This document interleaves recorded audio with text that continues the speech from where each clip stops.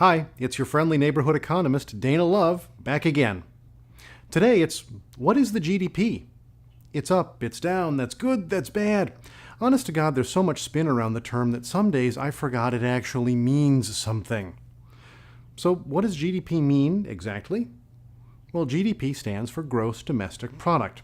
It represents the total dollar value of all goods and services produced over a specific time period, which is why we often think of it as the size of the economy. Usually, GDP is expressed as a comparison to the previous quarter or year. For example, if the year-to-year GDP is up 3%, this means that the economy has grown by 3% over the previous year. That's an important little notation.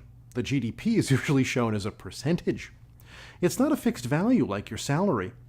If you got no raise this year and you talked about your paycheck the same way people talk about the GDP, you'd say, my salary is 0%.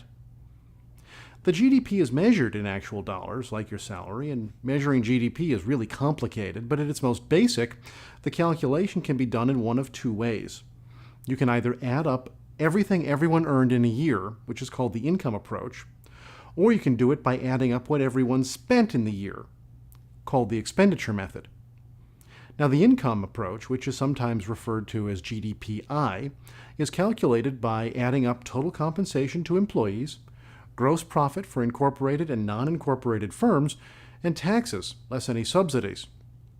The expenditure method is the more common approach and is calculated by adding up total consumption, investment, government spending, and net exports.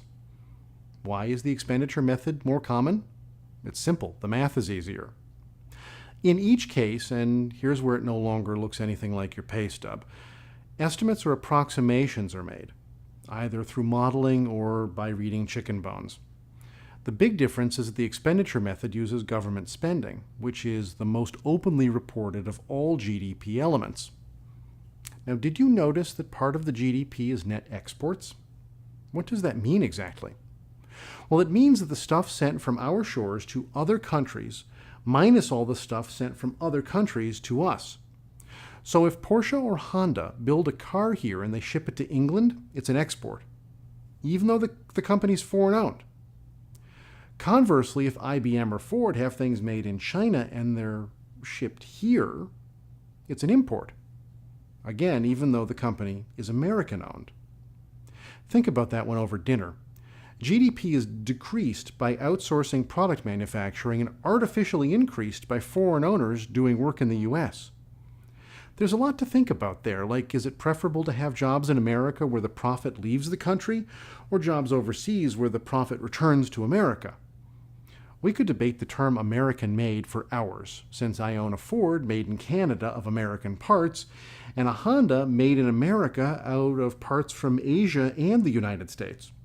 We're way past simple answers here, something that neither politicians nor news programs want you to think about or particularly care to admit.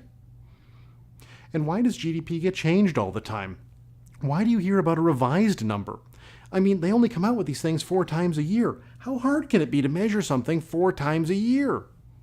In 2007, they revised the GDP down for 11 of the 13 previous quarters, which was a change of $120 billion. This is supposed to make us feel like they know what they're doing? Worse, we rarely hear about the revisions. They're quietly introduced and rarely make the news, and they certainly don't make the news with the same splash as the original number. How is it we let them count our money when they can't count their own? Oh, wait. It's all our money! Somehow that doesn't make me feel any better. I think my head exploded.